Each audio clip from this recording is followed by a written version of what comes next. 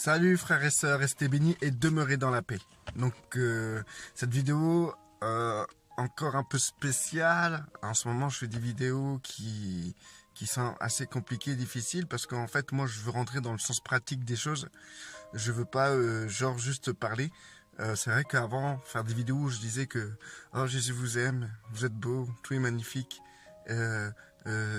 vous êtes bénis, etc. C'était plus facile de faire des vidéos comme ça. Mais maintenant, quand on veut mettre ça en pratique dans nos vies, c'est notre histoire. Parce que par exemple, vous entendrez dire des personnes qui prêchent ou des chrétiens que en Christ, nous sommes des nouvelles créatures. Et quand tu côtoies des chrétiens, ça n'a rien de tout ça. Quand on voit des personnes parler de l'amour, des chrétiens parler de l'amour, qu'il faut nous aimer les uns les autres, et ben quand tu vas dans des milieux chrétiens, tu vois rien de tout ça. Donc c'est bien beau de parler des choses de la Bible, de parler des enseignements du Christ, etc. Mais dans la réalité et dans les pratiques, ben c'est pas trop ça non plus. Et il y a des raisons pour que ce soit pas comme ça. Et là, du coup, je vais parler un peu du fait du passage où nous devons rentrer dans une sorte d'égoïsme. C'est vrai que c'est pas très chrétien de pousser l'autre à se porter sur lui-même, puisque Christ dit que nous devons mourir à la croix, mourir à nous-mêmes, etc. Mais il a aussi dit une chose importante, que nous devons aimer notre prochain comme nous-mêmes. Donc, c'est Christ qui nous dit ça. Donc, si notre Seigneur Yeshua dit qu'il faut aimer notre prochain comme nous-mêmes, et ailleurs, ils disent qu'il faut prendre notre croix chaque jour, renoncer à nous-mêmes, etc. Il y a une contradiction en soi. En soi, il y a une contradiction. Mais en fait, quand on réfléchit et on médite sur tout ça, quand on comprend la vérité des choses de la Bible et quand nous les voyons de manière pratique à travers les gens, à travers nous-mêmes, nous voyons vraiment cet écart qui est énorme et qui est vraiment pas beau à voir. Moi, personnellement, dans toutes les assemblées où j'ai été, bah, j'ai constaté que les gens étaient charnels et qu'il n'y avait pas cet amour tant romancé et tant espéré que nous pouvons voir dans la Bible.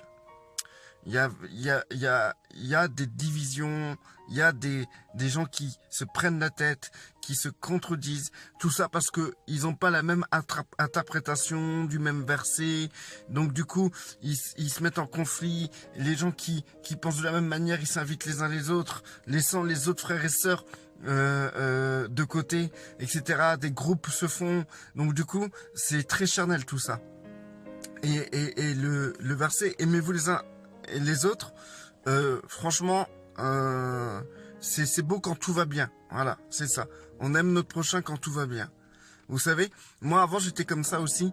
Je pensais aimer mon prochain, mais en vérité non, je l'aime pas mon prochain. J'ai un gros problème à ce niveau et je l'ai remarqué. Et j'en ai pas honte. Ce problème, je le traite et parce que je l'ai mis entre les mains du Seigneur. Mais avant de le traiter, il fallait que je le voie. Il fallait que je vois la poutre qui est dans mon œil. Il fallait que je vois mon problème. Donc du coup, comment j'ai su que en vérité non, j'aime pas mon prochain. Pourquoi? Parce que en fait, mon prochain me met en colère. Mon prochain, me donne de la haine. Et plus plus j'ai regardé à l'extérieur, plus j'ai regardé autour de moi, plus j'ai regardé sur internet, plus je me renseigne, bah plus ça continue, plus l'être humain me pue au nez. Et j'ai vraiment, et aujourd'hui, je suis encore dans un stade où je ne fais pas confiance aux gens. Je ne fais pas confiance à certains frères, à certaines sœurs. Et même des frères ou des sœurs que j'arrive à faire confiance, je me méfie quand même. J'ai eu des frères qui m'ont trahi. J'ai eu des sœurs qui m'ont oublié, qui m'ont zappé, qui m'ont trahi, qui m'ont insulté. J'ai vu tellement de choses dans le monde chrétien, des gens qui sont vraiment nés de nouveau et agir d'une manière très charnelle à mon sujet, qu'aujourd'hui, quand un chrétien vient vers moi avec un gros cœur ou des yeux en cœur, j'ai qu'une envie, c'est de lui crever les cœurs pour qu'il puisse voir la vérité en face, que en fait c'est juste un masque qui se met, tout simplement. Donc je sais que beaucoup vont pas trop aimer ce que je dis, mais ça vous concerne. Vous êtes comme ça aussi. Vous êtes comme ça. C'est marqué que celui qui se met en colère contre son frère est un meurtrier. Rien que le fait de vous m'écouter, vous êtes déjà en colère contre moi. Donc, comment vous pouvez dire que vous êtes des enfants de Dieu, que c'est Christ qui vit en vous, et que vous vous mettez en colère pour un an, pour quelqu'un qui vous crie la priorité, ou pour quelqu'un qui pense pas comme vous, ou qui n'a pas la même interprétation de certains versets de la Bible que vous. Comment vous pouvez aussi avoir un esprit de parti, etc. Il y a beaucoup de choses qui vont pas dans votre vie chrétienne. Il y a beaucoup de choses qui démontrent par A plus B que ce que vous lisez, c'est pas ce que vous vivez. Et ça, il faut ouvrir les yeux sur ce sujet. Donc du coup, pourquoi je parle d'égoïsme? Parce que en fait, si vous voulez, moi, j'ai besoin d'être réparé, tout simplement. Parce que en fait, si vous voulez, dû à ma vie avant, quand j'ai rencontré Christ, il y avait déjà un travail. Et le travail de ma vie avant a été réparé. J'ai pardonné tous ceux qui m'ont fait du mal. J'ai fait le point sur ma vie avant Christ, etc. Mais je suis arrivé à un niveau où j'étais vraiment envoûté par l'amour, par la communion fraternelle, etc. J'aimais mon prochain. J'étais même celui qui prenait plaisir à pardonner. Si vous interrogez ma femme, elle pourra vous confirmer par A plus B que quand les gens me faisaient du mal, j'allais toujours vers eux parce que je les aimais. Et même si continuaient de me faire du mal, pour moi, c'était pas grave. C'était mes frères et mes sœurs. Je les pardonne, etc. Donc, j'étais vraiment dans cette phase-là. Mais en réalité, c'était de la poudre aux yeux. Parce que dès qu'il y a eu une plus grosse adversité, dès que j'ai commencé à regarder autour de moi, dès que j'ai vu la méchanceté des hommes, dès que j'ai compris la méchanceté, la fourberie des hommes, dès que j'ai compris que dans un mariage, une petite fille peut se faire enlever et se faire violer, se faire tuer, dès que j'ai compris que des hommes sont capables de prendre encore des noirs aujourd'hui et les rendre esclaves, quand je vois que en 2018 il existe des camps de concentration en Palestine, quand je vois l'hypocrisie de nos dirigeants, quand je vois aussi la haine et la colère que les chrétiens ont, parce que soi-disant ils sont en train de lutter contre des choses sur Internet, ils dénoncent, mais en vérité ils ont la haine, ces gens-là. Ils ont la haine, ils dénoncent pour un oui, pour un non. Quand je vois des chrétiens dénoncer des chrétiens, pareil, c'est la même chose. Donc du coup, à force de regarder l'obscurité, mon cœur s'est obscurci. C'est-à-dire et tout que dans cette obscurité, j'ai eu du mal à pouvoir, d'une manière simple, à aimer mon prochain. Et du coup, j'ai compris quelque part qu'il y avait un problème en moi. Et ce problème qui est en moi, il est aussi en vous. Il est dans tous les êtres humains. Il est dans tous les frères et sœurs qui croient qu'ils sont des merveilleuses créatures et tout, et qu'elles brillent et tout, qu'elles sont vraiment merveilleuses, divines et tout, etc. Ces gens-là sont juste des éliminés. C'est des gens qui croient vraiment que tout va bien dans leur vie. Tout va bien, ils sont bénis, nanana, ils aiment leur prochain, c'est de la poudre aux yeux. Parce que ces gens-là, si vous titillez un peu, vous remuez un peu la boue qui est en eux, vous allez voir, ils vont se transformer en monstres. Moi, j'ai vu des chrétiens se transformer en monstres. Pourquoi? Parce que nous sommes tous des êtres humains. Et nous avons tous des soucis. Nous avons tous des problèmes. Nous avons tous des choses à régler. Et il y a une chose très importante que nous devons mettre en point, c'est nous-mêmes. C'est-à-dire que Christ a bien dit, aime ton prochain comme toi-même. Et aujourd'hui, ce que je peux constater, c'est que les gens ne s'aiment pas. Et ça, c'est un gros problème. Les gens ne peuvent pas se saquer eux-mêmes. Donc, moi, je suis rentré dans cette phase où je deviens égoïste. Pourquoi? Parce que d'abord, je vais penser à moi. Et après, je penserai à vous. D'abord, je pense à moi, et après, je pense aux autres. D'abord, je pense à moi, et après, je m'aide moi, et après, je vais aider les autres. Et ça, c'est une phase pour moi qui est obligatoire. Parce que si je passe pas par cette phase-là, je ne pourrai pas aimer mon prochain comme moi-même, tout simplement. je pourrais pas aimer mon prochain comme moi-même. Parce que, au fond, quand on regarde les Écritures, les enseignements, quand on regarde les gens autour de nous, quand on regarde notre espèce humaine que nous sommes, ce que nous engendrons, les bêtises que nous faisons, les péchés dans lesquels nous pouvons traîner, la vulgarité dans laquelle on peut parler envers les gens, la méchanceté, la rancune, la haine qu'on peut avoir envers certaines personnes qui agissent d'une manière fourbe. Les gens, les chrétiens, ils disent oui, nous, on aime notre prochain. Et c'est les premiers à critiquer le président de la République, les premiers à pas vouloir d'immigrer en France, dans leur pays. C'est les premiers à refuser de partager avec le tiers-monde, avec les gens qui ont besoin de venir en France et de pouvoir, comment dire, vivre, commencer une vie, quoi, en fait. C'est les premiers comment dire, à vouloir réussir, avoir de l'argent pour eux-mêmes et pas penser aux besoins de leur prochain. Aujourd'hui, quand un être humain me dit qu'il est dans l'amour, je ne le crois pas. Je ne le crois pas.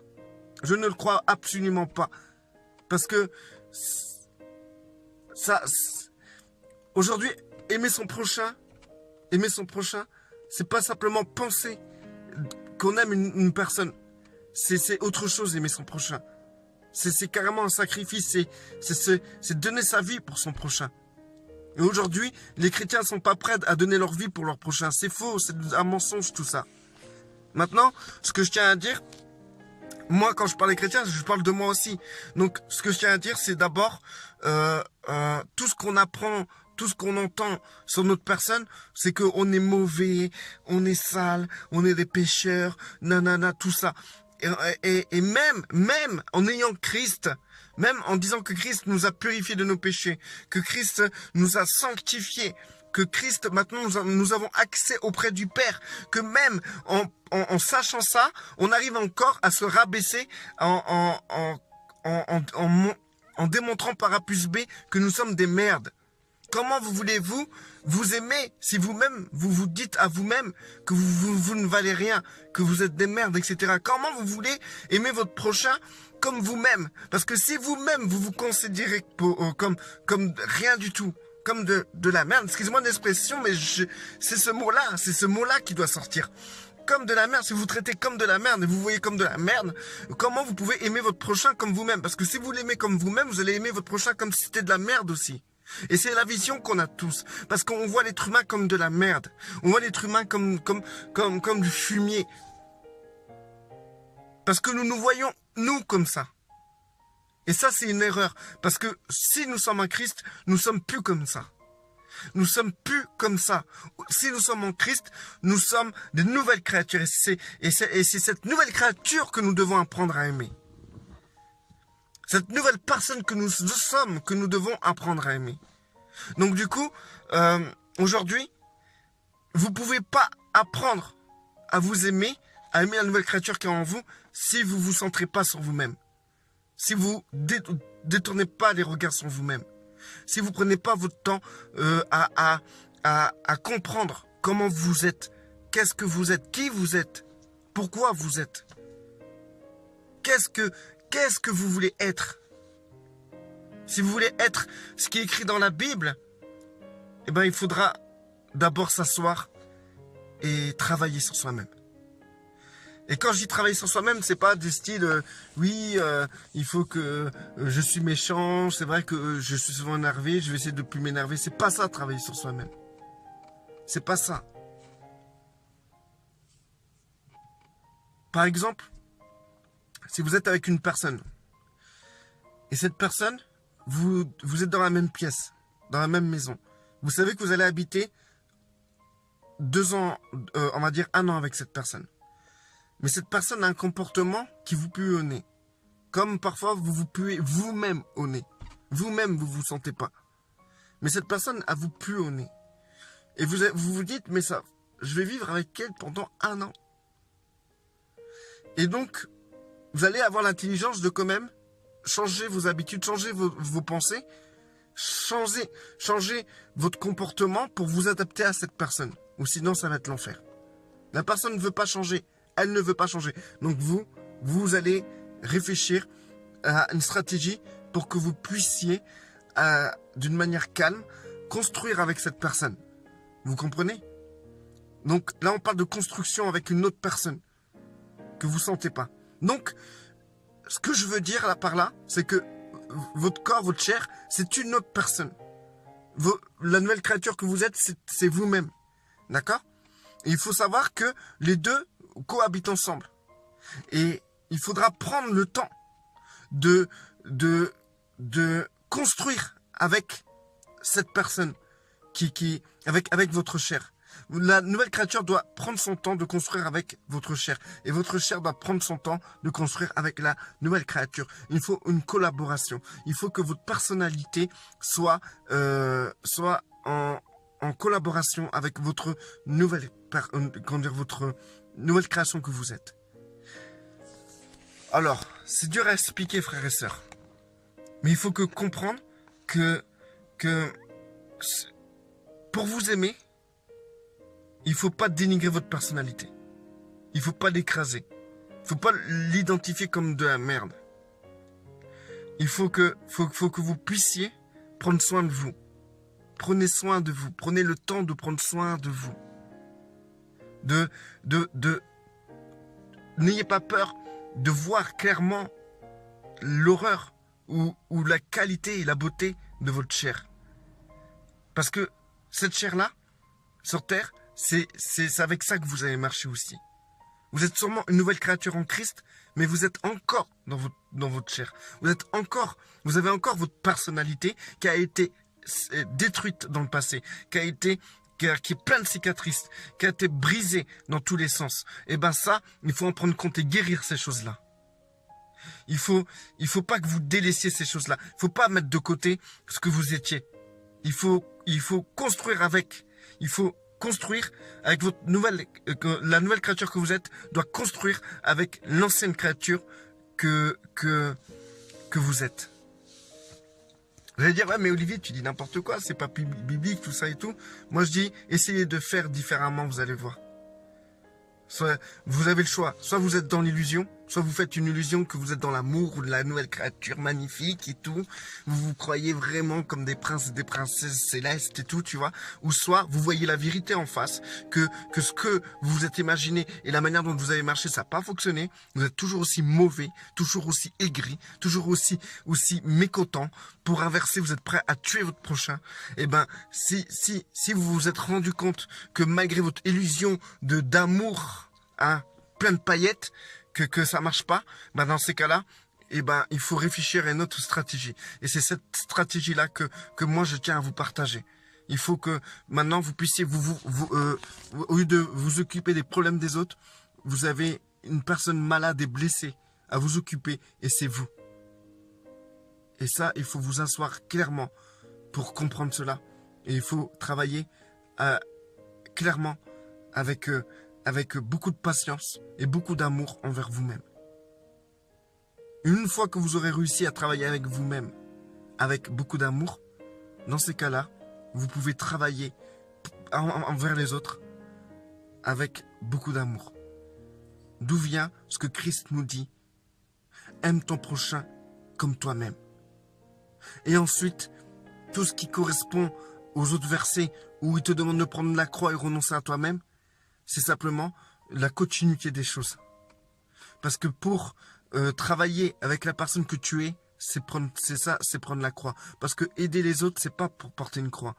C'est un plaisir d'aider les autres. Mais pour vous aider vous-même, là, il faudra porter la croix. Parce que vous êtes votre pire ennemi. Vous êtes ce que vous détestez le plus. Et le conflit qui est à l'intérieur de vous est plus grand que tous les conflits que vous pouvez avoir avec n'importe quelle personne sur Terre. Ensuite, renoncer à nous-mêmes. Renoncer à nous-mêmes, c'est pas, si vous voulez, comment vous pouvez renoncer à vous-même, d'accord? Beaucoup de gens ont essayé de renoncer à eux-mêmes, en fait. Et en résultat, ils font une boucherie monumentale. Ils renoncent à eux-mêmes, ils renoncent à tout pour eux-mêmes, et un jour ils se réveillent et ils pètent un câble. Un jour, Israël se pète un câble. Ils disent, ouais, toute ma vie, dans tout le temps, j'ai aidé cette personne, ce frère, il m'a dénigré, j'ai aidé telle personne, il m'a dénigré, j'ai renoncé à moi-même pour ça, et au résultat, qu'est-ce que j'ai rien, etc. Renoncer à vous-même, c'est pas dans cette vision de faire une croix sur vous, d'accord? Renoncer à vous-même, ça porte plus sur vos désirs personnels, de développement charnel. C'est-à-dire que votre chair voudra se développer d'une manière charnelle dans ce monde. C'est-à-dire, renoncer à vous-même, c'est renoncer à comment dire, par exemple, si vous aimez, si vous voulez absolument une promotion, ou être directeur, ou être quelqu'un dans cette société, c'est ça, renoncer à vous-même. Parce que la société vous offre une personnalité, une identité. Et ben, c'est renoncer à cette identité de la société, de la mode, renoncer à la mode, renoncer à plaire aux gens, renoncer à tout ça. C'est ça, renoncer à vous-même. Renoncer à vos propres désirs, qui sont inspirés d'autres choses qui peuvent venir de Dieu. Bon, frères et sœurs, je vais vous laisser. Je vais aller travailler. Restez bénis.